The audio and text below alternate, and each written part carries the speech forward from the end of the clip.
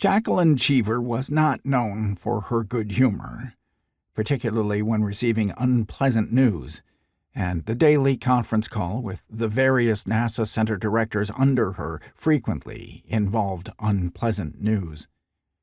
Her prior role as the space agency's planetary protection officer had been in continuous danger of being overlooked by the more jaded managers from the operational divisions, and she had ascended to the top office with a determination that others would take her as seriously as she took herself. As an evolutionary biologist, planetary protection, and, by extension, Earth sciences, had been her passion. To her, protecting Earth's neighboring planets from inadvertent contamination by data-seeking probes was a high calling. Humanity had already fouled its own nest, and she'd been determined to prevent it from doing the same to the rest of the solar system.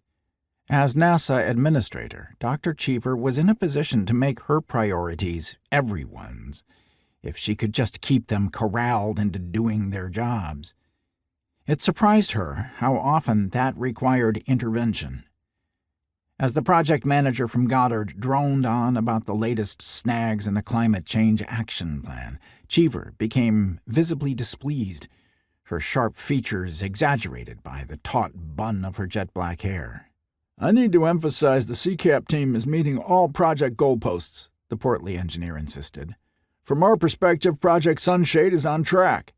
"From your perspective," Cheever said, her eyes locked on his. "Yet somehow the schedule keeps moving to the right." "As I said, the team is—" She held up a bony hand to silence him. "Let's be clear. Your team can't do anything on its own. That's a convenient distinction for you, since you don't control the production or the supply chain." "Yes, ma'am, that's true," he stammered, forgetting how much traditional gender honorifics annoyed her. "We're constrained by our contractors." "And have you made our expectations clear? It doesn't seem to me that you have." "They have to work with the materials they have on hand, Dr. Cheever. Not to put too fine a point on it." "By all means, please do. It would be refreshing." The manager bit his lip. "Very well. Saline gas and mineral is the bottleneck." Her eyes narrowed. Max Zhang's company.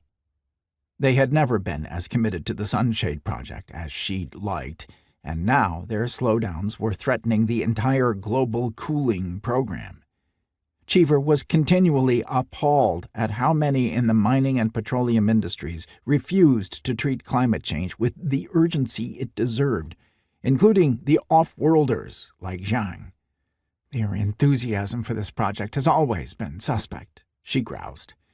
"Even though we were throwing money around like drunken sailors in a strip club, the pigs always find their way to the teat."